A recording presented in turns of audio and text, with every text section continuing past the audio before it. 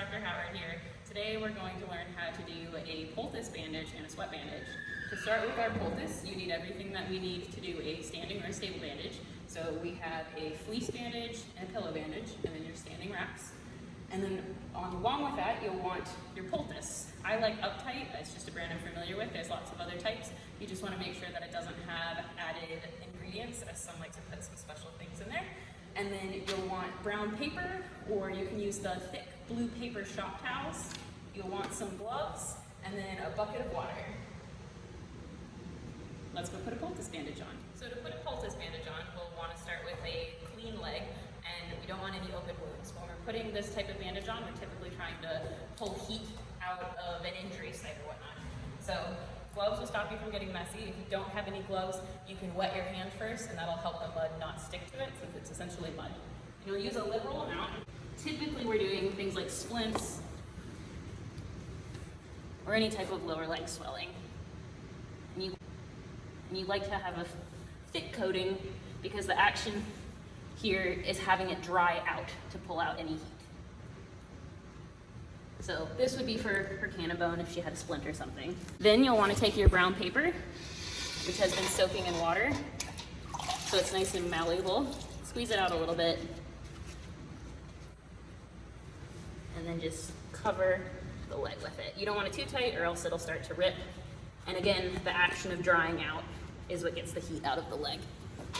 And then over top of this, we just put on our standing bandage, which we already covered.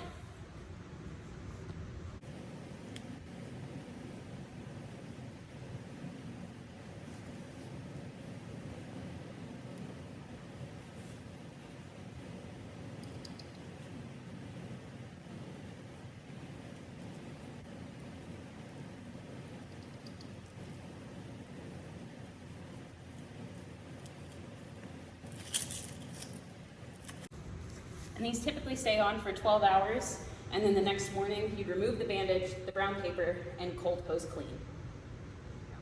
So your ingredients for a sweat bandage are similar. You'll want the same things for standing bandage. And then gloves, you'll need saran wrap or plastic wrap, and then the sweat of your choice. We're going to do a Thioresin sweat, other types could be an osmotic or a Bucor sweat. Let's go put a sweat on. So for a sweat bandage, we're typically having a really hot, swollen leg that we're trying to sweat all of the edema or swelling out of. So again, you'll want to start with a clean leg. A dry leg is a little easier, as sometimes the sweat likes to roll off if they're wet. And you just apply a good amount, a nice thick layer. And with this, you will definitely want gloves and not do this barehanded. Like that. And then we cover it with saran wrap or plastic wrap because we're trying to trap the heat and make it warm. This goes a little better if it is still on the roll, but with horses sometimes you just make it work. And you don't want this to be tight.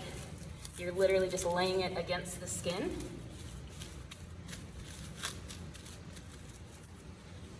And then you just put a standing bandage on like before.